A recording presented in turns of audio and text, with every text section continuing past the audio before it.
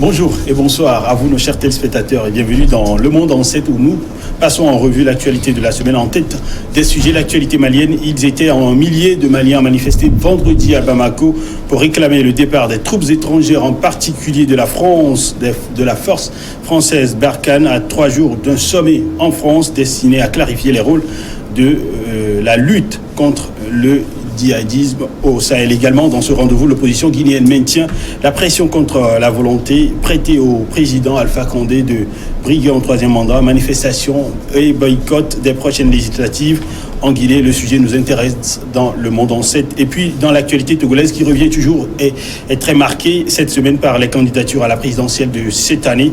10 candidats au final sur la table de la Commission électorale nationale indépendante. Et en entendant la confirmation de la Cour constitutionnelle, au passage, nous nous intéresserons à l'opposition togolaise, à l'opposition togolaise justement qualifiée d'incapable par Kofi Yamyan, le président de Sursaut Togo.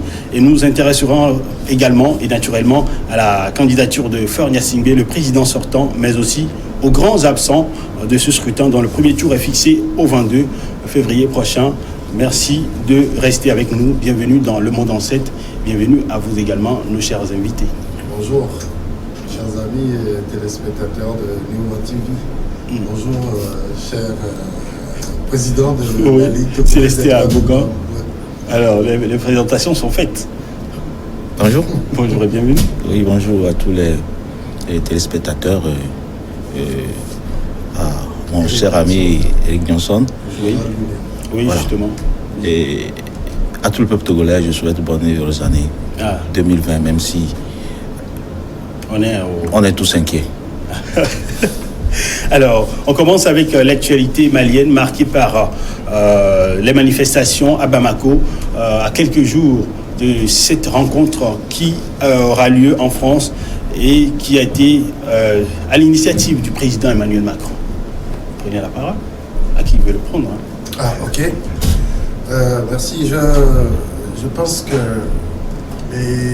les Africains commencent par prendre conscience de leur situation.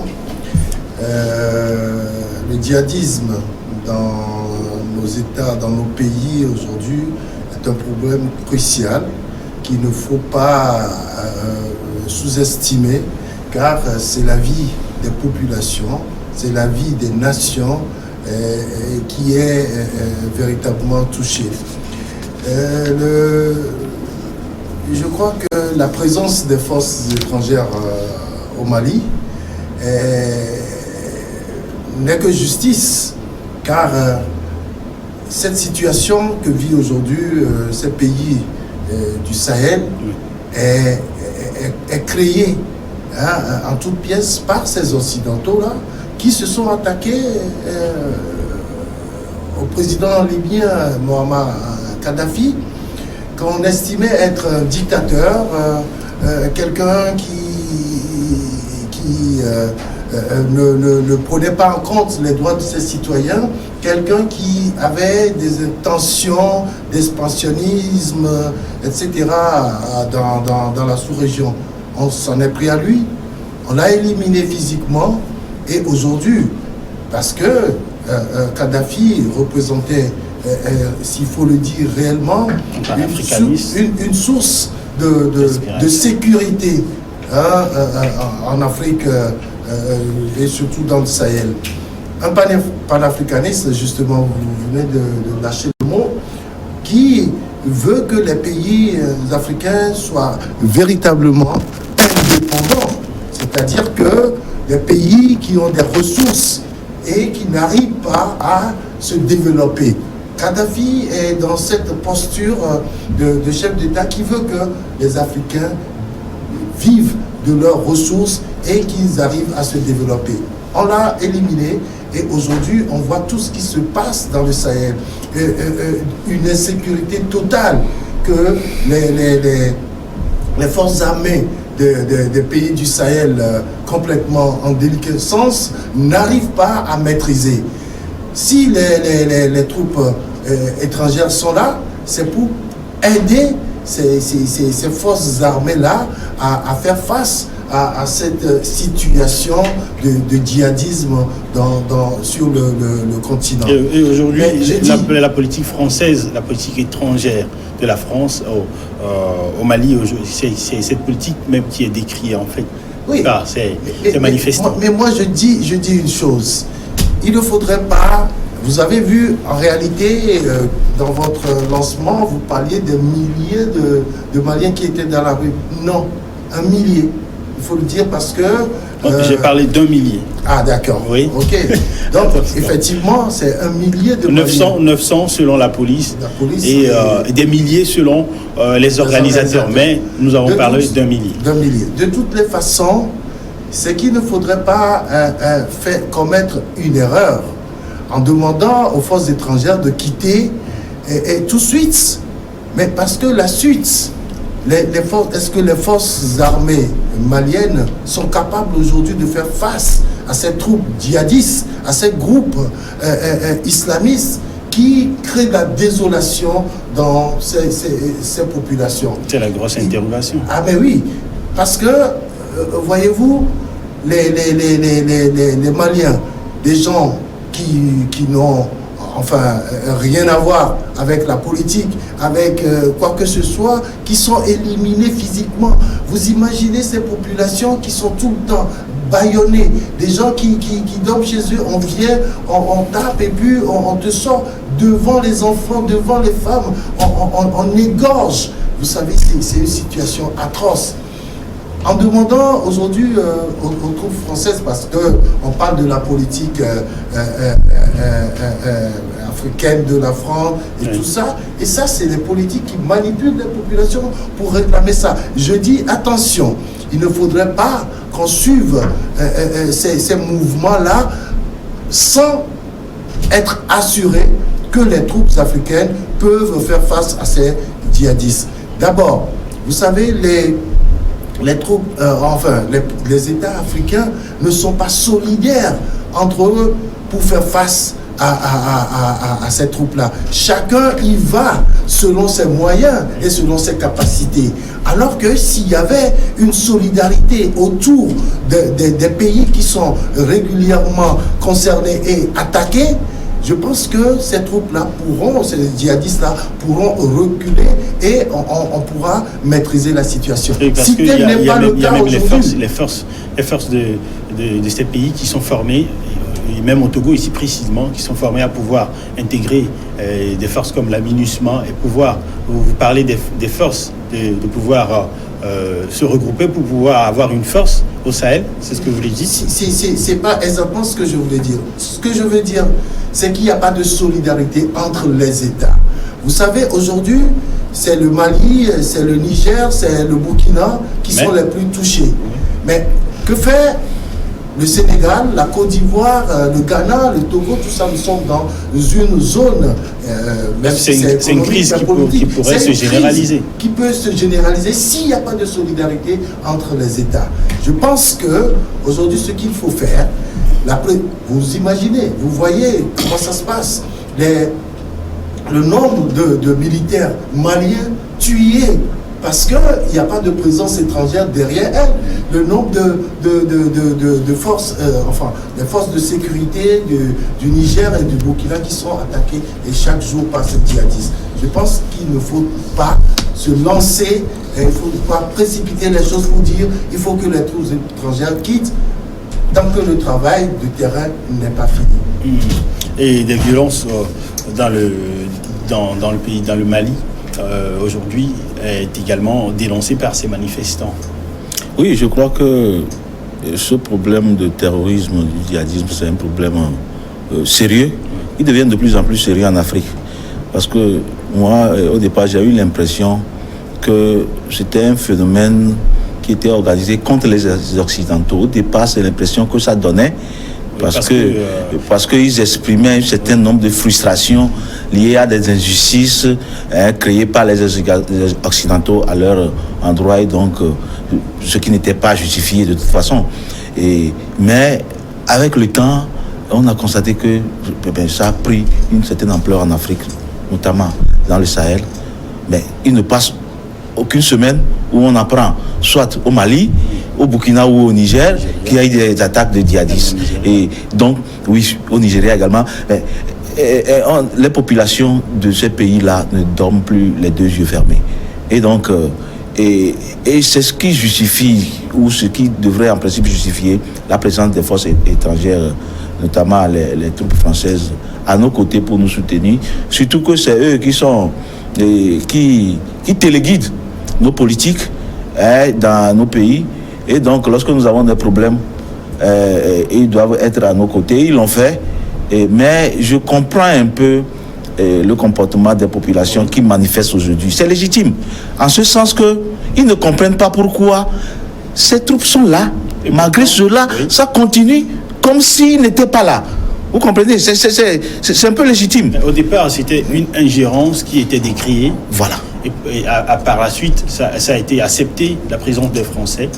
Et c'est maintenant cette présence qui n'a pas grande influence sur la situation du pays qui est décrite. Justement, c'est à cela que moi je les comprends. Mais est-ce que ce n'est pas trop vite aller en besoin? C'est sur ce point que je suis d'accord avec Eric lorsqu'il dit que il faut aller mollo parce que là, est-ce que il faut plutôt mener une certaine diplomatie et travailler. Peut-être que, je ne sais pas comment ça s'organise sur le terrain. Est-ce que les troupes étrangères et les forces armées maliennes, est-ce que les deux travaillent de commun accord pour que ce fléau puisse être éradiqué? Mais là, il faut faire une certaine politique, plus de politique diplomatique en matière de sécurité.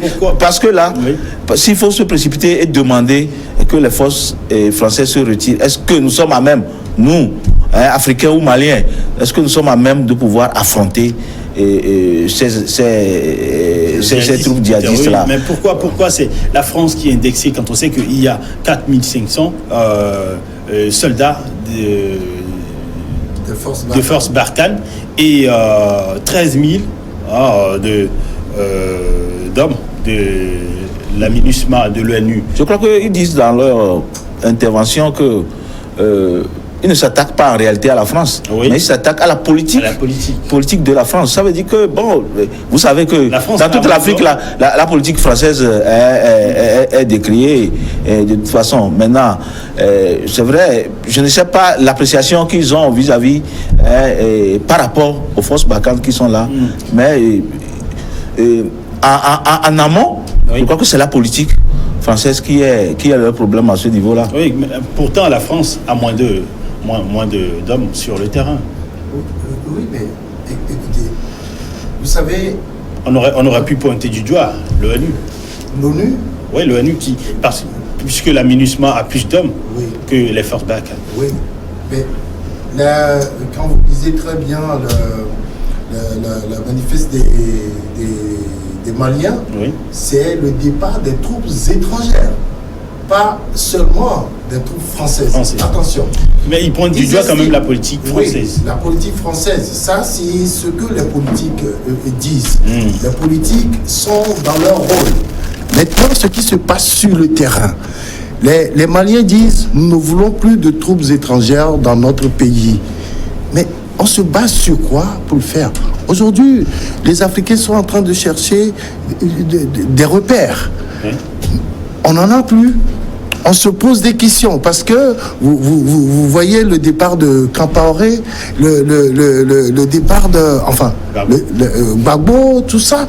Vous savez, c'est des situations qui ont créé beaucoup plus de problèmes dans nos États qu'il y en avait.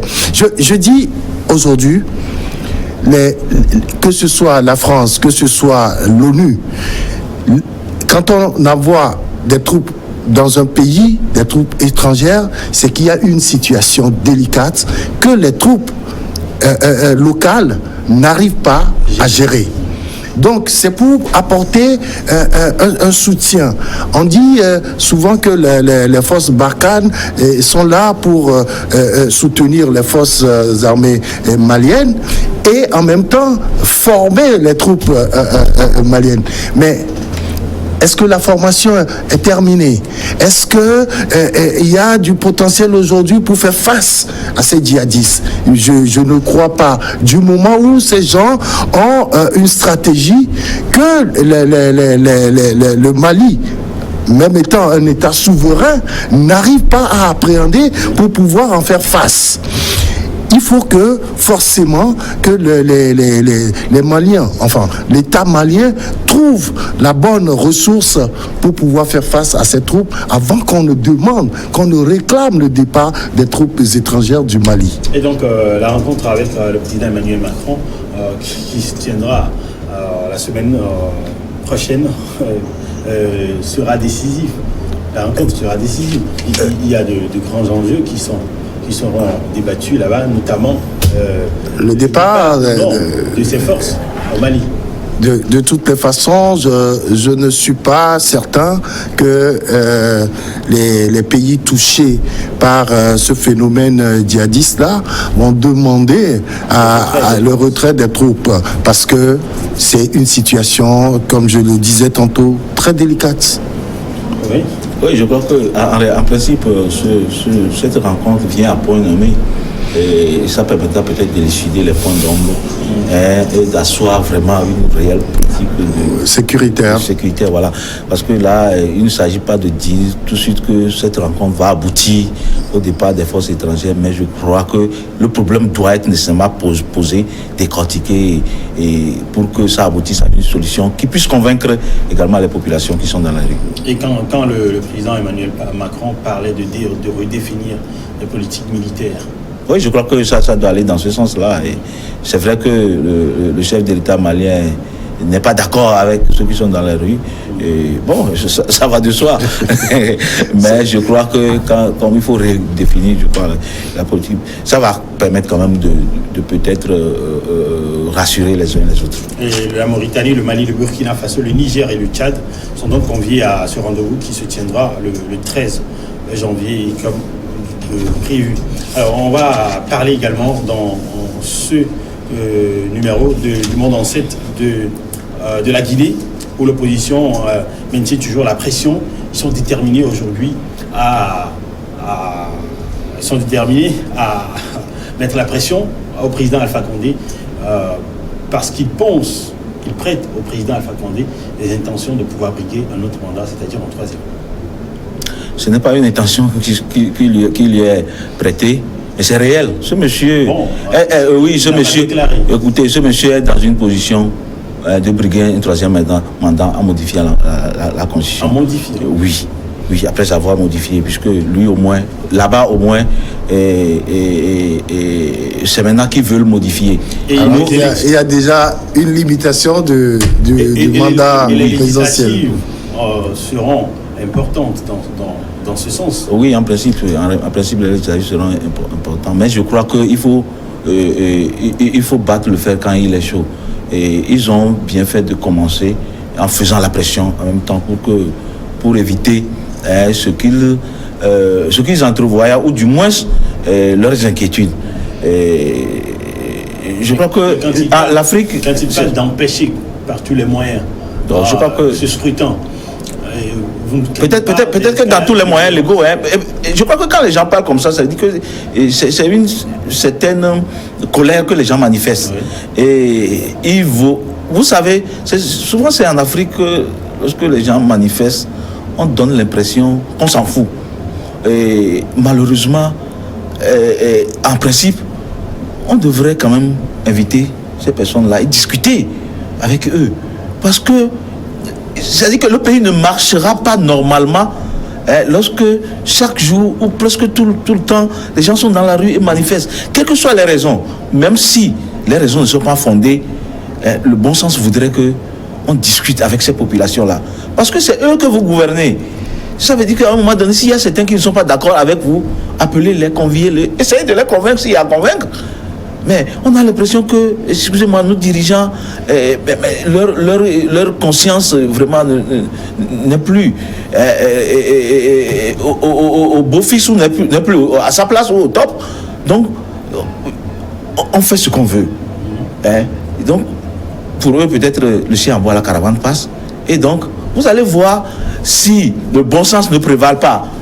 Dans cette situation-là, vous allez voir, les gens vont manifester et peut-être que c'est le pire qui va arriver ou si Dieu merci, le pire n'arrive pas, c'est finalement Alpha Condé qui va modifier la constitution et il va briguer un troisième mandat et il va évoluer le quatrième mandat pour ressembler à l'un de ses pairs. Alors, quand on sait que les législatives sont au 16 février prochain, n'est-ce pas, un peu trop tard aujourd'hui pour que Alpha Condé et son gouvernement puissent accepter ce que réclame aujourd'hui la rue.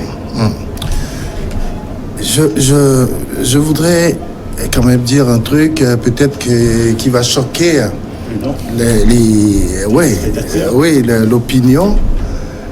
J'ai comme l'impression que les oppositions dans nos pays ont le même problème, si c'est un syndrome qui les attaque toutes. Vous savez, on a vu des cas chez nous, ce sont des cas d'école, que normalement, je dis, dans les autres pays, les gens doivent prendre en compte avant de prendre position par rapport à ce qui se passe chez eux. Je dis, il y a des élections législatives. Les constitutions sont modifiées dans les assemblées nationales. Oui. Et nos oppositions se permettent de boycotter ces élections législatives. Ils mettent en avant le parce qu'ils disent qu'ils ne vont pas soutenir des pseudo-élections. Je suis d'avis. Toutefois, il faut aller plus loin dans les analyses pour comprendre l'intention réelle des leaders du parti au pouvoir, du régime en place par rapport à la Constitution. Le maître Abaudon disait tout à l'heure que l'enjeu en Guinée aujourd'hui, c'est la modification de la Constitution pour que Alpha Condé puisse briguer un nouveau mandat. Et la crédibilité de ces législatives en aura. Et je vous dis, pour qu'une loi passe au sein d'une assemblée, il y a quand même des niveaux. Il y a par exemple chez nous, on dit au moins les 2/3 des députés doivent voter pour que la loi puisse passer. Chez eux, je n'en sais rien, mais je dis, il faut avoir quand même un quota de blocage de la modification de cette constitution. Et je pense que c'est sur ça que les oppositions doivent travailler aujourd'hui, surtout celle de la Guinée, pour pouvoir bloquer Alpha Condé à modifier cette constitution. Vous ne pouvez pas vous permettre, sachant très bien qu'il y a cet enjeu-là, boycotter ces élections-là sous la coupole d'une organisation qui ne sera pas parfaite. Allez-y, je suis sûr que les Guinéens ne vont pas tous voter pour rien que le régime en place, le parti PDG au pouvoir. Il faudrait que les oppositions aillent plus loin. Il faut tout faire. Quand vous dites quels moyens vous avez aujourd'hui pour bloquer l'organisation de cette élection. Dans les pays en guerre, on organise des élections. Dans les pays, je ne sais pas, en conflit politique, où il y a des troubles, il y a des manifestations au jour le jour, on organise des élections. Vous avez quels moyens pour bloquer ces élections? Nous ne sommes pas, comme le disait tantôt le président de la Ligue togolaise des droits de l'homme, nous ne sommes pas dans des pays occidentaux où les manifestations sont tout de suite prises en compte par les pouvoirs politiques. Parfois, vous organisez ces manifestations, on vous dit, bon, continuez, mais nous, on avance. Dans les pays occidentaux, on fait un break, on discute et on passe à autre chose. Mais là, quel pouvoir vous avez pour bloquer l'élection qui est en train d'être organisée par Alpha Condé et sa troupe? La pression de la rue. La pression de la rue. Est-ce que ça suffit? Nous disons toujours la même chose. Est-ce que ça suffit? Les gens sont bâillonnés. On tire sur les populations. Il y a toujours cette crainte-là d'aller dans la rue. Parfois, les gens sont fatigués parce qu'ils n'ont pas encore fini de faire face à leur recherche de pain quotidien. Et vous les envoyez dans la rue pendant une semaine, un mois, etc. Mais les gens sont fatigués, affamés. Ils ne pourront pas continuer comme ça. C'est à l'usure que les régimes jouent. Donc, je pense que cette opposition-là n'a pas le droit de boycotter ces élections législatives. Mais je crois qu'il a raison. Il a raison en partie. L'opposition a un manque de stratégie. L'opposition africaine. L'opposition africaine dans les pays peut-être, les pays francophones peut-être. Ailleurs, ils sont mûris et ils ont une certaine maturité, ils évoluent, le pays évolue. Mais je crois que si l'opposition est confiante qu'il peut empêcher ou qu'elle peut empêcher les élections, bon vent. Mais s'il sait qu'à la fin, il n'aura ses yeux que pour regarder ou pour pleurer après, je crois qu'il vaut mieux aller à ces élections-là. Parce qu'il s'agit d'Alpha Condé. Alpha Condé a été à l'école de Faure Gnassingbé. Et vous savez comment il a géré la crise dans notre pays. Donc on comprend qu'en ce moment-là, c'est à un moment donné que je me suis rendu compte que ce monsieur-là, il envisageait un troisième mandat. Donc ça veut dire qu'il n'était pas neutre en réalité dans la gestion de notre crise-là. Donc ils doivent comprendre que ce monsieur, par rapport à son implication dans la situation du Togo, il fera comme son voisin ou son ami. Et donc, il doit prendre les dispositions pour que ce que nous avons suivi par rapport du fait du boycott, et que eux aussi, ils n'aboutissent pas au même résultat. En termes de boycott, oui. Vous voyez aujourd'hui un débat qui s'anime autour de la nomination et de l'élection des membres de la Cour constitutionnelle chez nous, où tout le monde parle de quelque chose qui n'existe pas. On parle du Sénat, mais le Sénat n'existe pas. Il y avait une disposition dans la Constitution, c'est l'article 155, qui disait que en cas de non-élection des membres du Sénat, que l'Assemblée nationale pouvait exercer ce rôle. Et en ce moment-là, si cette disposition-là existait encore, donc il n'y aurait pas eu de problème. On allait prendre 2 membres de l'Assemblée nationale, ajoutés aux 7 pour former la nouvelle Cour constitutionnelle. Le Sénat n'existe pas. Alors qu'est-ce qu'il faut faire? Est-ce qu'il ne faut plus constituer la Cour constitutionnelle? Je pense que aujourd'hui, si l'opposition était à l'Assemblée nationale, peut-être qu'elle verrait que toucher à cette disposition de la Constitution... Il y a même une opposition à l'Assemblée nationale. Oui, je dis... Une opposition qui soutient Faure Gnassingbé, qui a appelé... Donc c'était appelé à voter pour Faure Gnassingbé. Ça c'est une parenthèse. Ça c'est une parenthèse. Mais oui, ça... J'ai dit une opposition quand même. Oui, j'ai dit une opposition qui a appelé à... C'est quand même un autre débat. Oui. Mais je dis, il faut que cette opposition-là qui se retrouve dans la rue pour dire non à une élection ou au 3e mandat d'Alpha Condé aille quand même à ces élections législatives. Mais c'est déjà trop tard. Pourquoi? Parce que c'est le 16 février. Est-ce que les dés sont déjà pipés? Non, la CENI affirme avoir reçu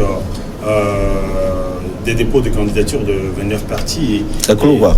Les candidatures sont closes. Oui. Et puis, il y a un truc que je n'arrive pas à comprendre. Vous savez, quand on étudie un peu la politique africaine, les partis au pouvoir ont cette stratégie-là d'infiltrer les oppositions. C'est-à-dire que vous allez à une élection, vous voyez... mais c'est la même chose. C'est-à-dire que vous avez des gens qui sont tellement bouillant sur le terrain. Vous dites qu'avec ceux-là, on peut faire une bonne opposition. Mais après, quand on se retrouve devant une situation où on peut bloquer les partis au pouvoir, mais c'est ces gens-là, mais c'est ces gens-là qui font quand même un faux bond à leurs partenaires et tout bascule au niveau des partis au pouvoir. Mais pourquoi les oppositions n'arrivent pas à avoir une stratégie où elles aussi peuvent infiltrer les partis au pouvoir, envoyer des gens sur le terrain qui vont participer à ces élections-là et faire des blocages. Oui, comment ça, c'est pas évident? Mais lorsqu'on te soupçonne un peu, on te flanque une procédure judiciaire, on t'envoie derrière. Justement, est-ce que vous avez jamais soupçonné ces gens-là qui sont proches des partis au pouvoir, qui les soutiennent après, devant des lois? Vous les avez jamais soupçonnés? Mais c'est pas possible. C'est-à-dire que c'est une stratégie politique qu'il faut avoir. Aujourd'hui, même ça se passe partout en Europe. Mais vous entendez des démocrates qui disent non, nous ne sommes pas d'accord avec Andy Pelosi, les républicains qui disent ne sont pas d'accord avec Trump. Vous voyez tout ça, ça révèle des stratégies politiques et ça nous manque. Ça qui fait qu'on a l'impression que les régimes ont quand même de l'ascendance sur les oppositions. Parce que les oppositions manquent tout simplement de stratégie. Et selon vous, l'intention de briguer un autre mandat, un autre quinquennat est affichée? Oui, c'est affiché. Ben, le comportement. De toute façon, tout bon observateur, oui, saura que... De manière objective. Oui, objectivement. Ce monsieur veut toujours briguer un autre mandat. Cela pourra faire perdurer encore la crise. Oui. Naturellement.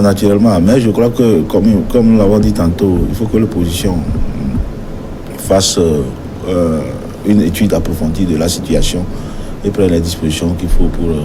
Mais malheureusement, comme c'est un peu tard, s'ils peuvent empêcher, ils n'ont qu'à empêcher. Par quel moyen? J'ai dit, s'ils pourront empêcher, ils n'ont qu'à le faire. Oui. Par quel moyen, justement, c'est la question. Pas des moyens légaux, justement. Des moyens légaux, ils peuvent vous le faire.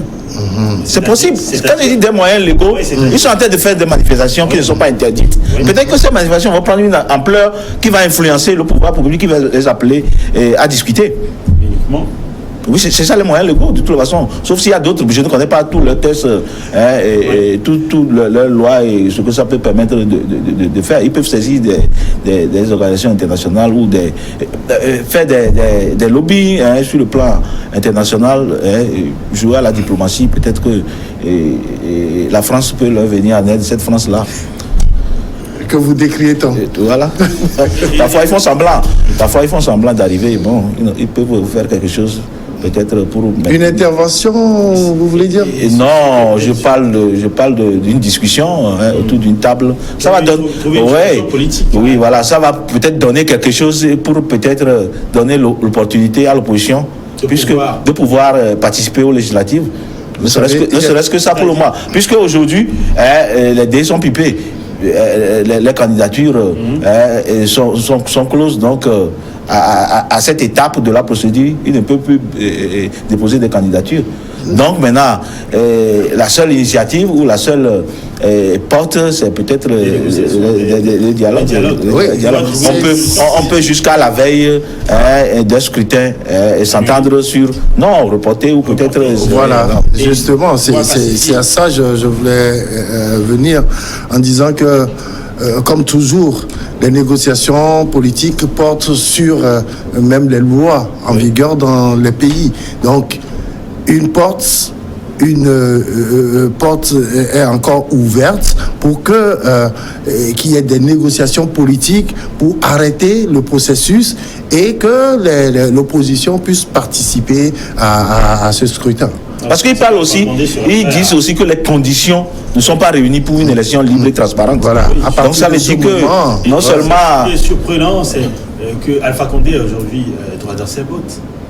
Oui, c'est ça. le chien aboie, la caravane passe. C'est ça les Africains, les dirigeants africains qui sont pervertis dans leur mal et qui veulent mourir au pouvoir.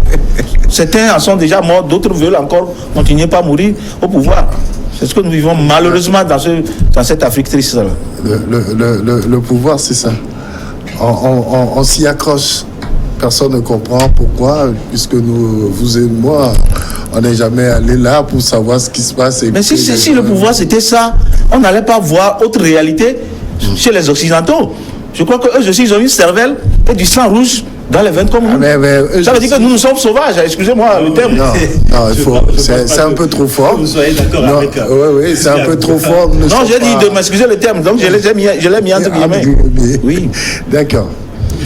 Alors, toujours dans cette crise en Guinée, on se rend compte quand même que l'opposition aujourd'hui n'a plus d'armes de pression. Ici, ce n'est que la rue, finalement. Oui, c'est la forte pression, c'est la meilleure pression d'ailleurs, parce que à quoi ça sert de prendre les armes? La meilleure pression, c'est la population, puisque c'est le peuple qui est souverain. Parfois, lorsque le peuple...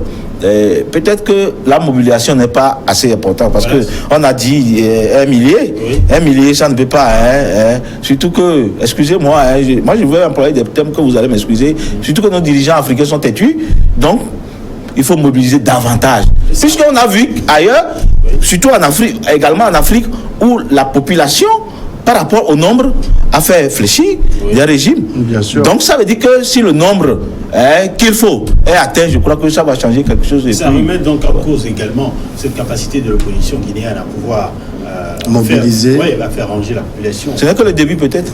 Je disais tantôt, les pouvoirs politiques, les pouvoirs en place jouent à l'usure des manifestations. C'est-à-dire que vous appelez les gens à sortir dans la rue pour une cause déterminée. Quand les gens arrivent, comment vous les soutenez? Est-ce que vous avez les moyens de canaliser tout ça afin de les capitaliser, de capitaliser ces manifestations-là? Vous ne pouvez pas demander aux gens arrêtez de travailler. Vous savez, je prends toujours les hommes chez nous où on a demandé aux gens de faire quoi, une désobéissance civique. Mais les gens disent mais moi j'utilise le courant pour faire mes affaires. J'ai peut-être un petit centre, un business center. Et vous me dites, ne payez pas l'électricité, on vient me couper le courant. Je fonctionne comment? Avec quoi? Comment je vais faire vivre ma famille? Est possible. Est possible, mais sur la durée, c'est pas possible du tout en Afrique. Nous n'avons pas les moyens. Et il faut déjà voir combien sont capables de tenir pour ces manifestations-là, 1 semaine ou 2, voire 1 mois. C'est difficile. C'est difficile. Au début, les gens sortent. Les gens se disent, OK, nous y allons et tout ça. Aujourd'hui, nous allons réussir. Mais quand les discussions commencent, peut-être, on n'aboutit à rien. Ils sont fatigués, ils sont déboussolés et... Les manifestations n'ont plus leur force sur le pouvoir public pour faire changer des décisions. Et surtout qu'il ne faut pas oublier qu'au sein des oppositions, il y a aussi des gens qui manifestement ne sont pas prêts à ces changements-là parce que quelque part ça les arrange. Oui. Après ils disent bon ok arrêtons et négocions. Mais ces négociations aboutissent à quoi?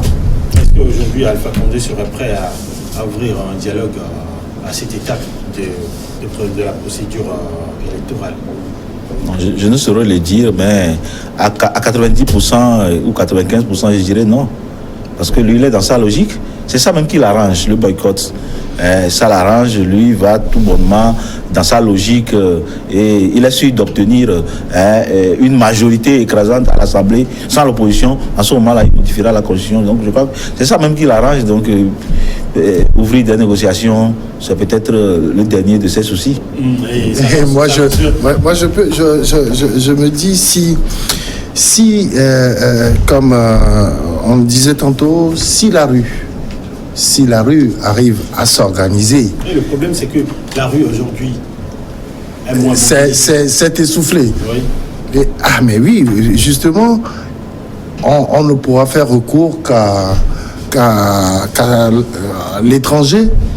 C'est-à-dire peut-être à la France qui est tant décriée par le président de la Ligue. Non, moi je n'ai pas décrié la France. Nous parlons du cas des Maliens et des Guinéens. Vous parlez tantôt vous donniez l'exemple tantôt de l'Occident. Vous ne pensez pas qu'il est temps qu'on arrête d'exiger au président, au gouvernement africain, de se jauger par rapport à l'Occident? Non, pas au gouvernement africain, parce que ici nous parlons de l'opposition qui est dans. Oui, vous parliez tantôt également des présidents africains. Oui, les présidents africains, et je crois que. Qui sont têtus? Non, on n'est plus assez. C'est vrai qu'il faut donner l'exemple, mais se jauger par rapport à la France ou encore par rapport à l'Occident. Je crois que on ne peut pas vouloir une chose et son contraire. Nous avons. Et nous sommes inspirés, politiquement nous sommes inspirés de la France. Nous, du moins les pays francophones, nous sommes inspirés de la France. Et vous allez voir le régime politique tel que cela est défini dans la Constitution française, nous avons recopié à quelques différences près. Donc à partir de ce moment-là, nous ne pouvons pas dire. Et la France a commencé son expérience il y a de cela des centaines d'années ou des milliers d'années. Donc, nous devons atteindre ce niveau-là avant. Auquel cas, nous adaptons notre constitution à notre réalité. Parce que lorsque nous voulons la démocratie, lorsque nous voulons le pluralisme, il faut que nous l'adaptions ou bien nous ressemblions aux pratiques qui ont lieu en France. Puisque c'est d'eux que nous avons utiliser ce mot-là, ou ces expressions-là, ou ces pratiques politiques-là. Donc, je crois que on doit dire, ce que vous faites ici, là, la manière dont ça se passe, en France, c'est différent. Ou bien, nous devons faire en sorte que nous ressemblions à la démocratie française. Surtout que le mot démocratie, ça n'existe pas. C'est-à-dire, le mot-là, l'expression-là, on l'a tiré d'où? On l'a tiré d'où? Est-ce que vous pouvez me dire, dans votre langue, un mot qui veut dire démocratie?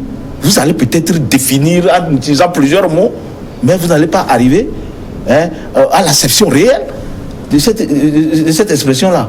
Donc, lorsque nous disons, les gens on adopte une politique que nous voulons adopter, nous devons tout faire pour le faire comme ils le font. Mais exiger cela de n'ouvrir pas une porte. Donc ça veut dire que si ça ne marche pas, oui, lorsque ça ne marche pas comme cela, il faut que les gens attirent l'attention des gouvernants pour qu'ils fassent l'effort d'évoluer dans ce sens-là. Mais donner comme exemple, c'est-à-dire que se réfugier derrière le fait que c'est une vieille démocratie et donc on ne peut pas arriver du coup, comme si on nous envoie un portable aujourd'hui, on va dire que non, nous devons d'abord utiliser le téléphone sans fil, etc. Ou bien le téléphone avec ce que nous roulons comme ça là, d'abord, avant de... Mais écoutez, lorsqu'on invente, on fait une invention en France ou qu'on envoie au Togo aujourd'hui, on prend. On ne dit pas que, bon, on doit d'abord faire comme parcourir les étapes qu'ils ont parcourues. Je crois que c'est une volonté politique. S'il n'y a pas la volonté politique, ou bien on ne veut pas que les autres s'impliquent réellement dans la gestion des affaires, parce qu'on y trouve des intérêts et on veut toujours mourir, je ne sais pas, aux dépens des autres, ou bien on veut toujours mourir, ou bien gouverner en piétinant les autres. Je crois que ça ne peut pas aller. Exiger des présidents africains de se jauger par rapport à l'Occident et crier également à l'ingérence, ce n'est pas deux choses différentes. C'est un vrai paradoxe. Qu'est-ce que nous voulons? Le président Chirac avait dit en 86 en Côte d'Ivoire, ce que nous avons pris 100 ans à mettre en place, vous ne pouvez pas le faire en quelques jours. C'est un faux problème. Et quelque part, tout le monde avait critiqué cette phrase du président Chirac. Nous, Africains, on s'est dit, non, nous voulons la démocratie, le pluralisme politique, aujourd'hui et maintenant. De façon radicale. Nous n'avons pas cherché à connaître les contours de la mise en place de cette démocratie-là, c'est-à-dire que en prenant en compte nos réalités africaines avant de calquer ce que nous prenons de l'Occident pour mettre en place cette démocratie. Quelque part, après ce qui s'est passé en Côte d'Ivoire, certains analystes ont encore donné raison à Jacques Chirac en disant « Oui, et si nous avions attendu un tout petit peu ?» Parce que la mise en place du pluralisme avec l'arrivée de nouveaux dirigeants nous a créé du tort parce que on a assisté à une guerre, ce qui n'a jamais été le cas depuis des années, depuis les indépendances. Alors, qu'est-ce qu'il faut faire? Est-ce qu'il faut tout remettre à zéro, remettre le compteur à zéro pour reprendre les choses? Les intellectuels africains, je pense que ils doivent faire l'effort d'accepter ce qu'il y a aujourd'hui et de repenser notre démocratie. Parce que nous copions, comme l'a dit le président de la Ligue, nous copions exactement ce qui se passe en Occident et chez nous. Mais est-ce que cela nous arrange? Est-ce que... Par rapport aux réalités des Africaines. Est-ce que cela permet à nos États de se développer? Moi, je dis, c'est ça plutôt qui donne flanc aux Occidentaux de se gérer encore dans nos États pour bloquer certaines choses et profiter de nous. Voyez-vous? Donc, quand on demande l'ingérence des pays occidentaux, c'est parce que nous avons mis en place des structures, nous avons mis en place des lois qui permettent cette ingérence-là, parce que nous avons signé des conventions, des protocoles d'accord, etc. Ce que nous avons appris chez les Occidentaux. Donc, ils n'ont qu'à venir nous aider à asseoir ce que nous avons appris chez eux. Vous manifestez tantôt votre désaccord par rapport au point de vue de... Oui, non. En fait, ça concerne le fait que on dise que ce que nous avons mis l'Afrique n'est pas encore prête pour la démocratie, comme si l'Afrique n'aime pas les bonnes choses. Parce que nous avons apprécié quand même, et de l'autre côté, que la démocratie, la manière dont ça se pratique, ça aboutit à de très belles choses. Et ça permet le développement. Oui. On est tous d'accord. Je dis la manière dont ça se pratique. Oui. Donc, lorsque nous avons copié les tests, il va falloir que nous manifestions ou bien nous l'appliquions de cette manière légalement. C'est simple. C'est pour ça que j'ai dit que c'est une question de volonté. Mais surtout, attention. Qu'est-ce que ça nous coûte? Parce que nous avons la même cervelle et nous avons... Non, le truc c'est que l'éducation de base pour une démocratie, nous ne l'avions pas. Ça, il ne faut pas l'oublier. Même si nous allons, dans les grandes écoles comme les Occidentaux et tous, etc., nous avons encore une population à plus de 70% analphabète, qui ne comprend pas exactement ce qui se passe de manière enfin convenable. Malheureusement, ce n'est pas cette population analphabète qui fout à terre les principes démocratiques et les valeurs relatives aux droits humains. Ce n'est pas cette population, malheureusement. C'est pour cette population. C'est plutôt cette population qui est terrorisée. Oui, c'est plutôt pour cette C'est ceux qui sont allés à l'école des Blancs et qui connaissent tout, les tenants et les aboutissants. C'est eux plutôt qui malmènent les principes démocratiques. Oui, qui m'amènent les lois. Oui, justement. Oui. Alors, on est d'accord là-dessus, mais il faudrait qu'on se dise une chose. Dans la deuxième partie, on reviendra dans la deuxième partie pour évoquer plus largement le sujet et parler surtout du Togo. Juste après nous, c'est le journal.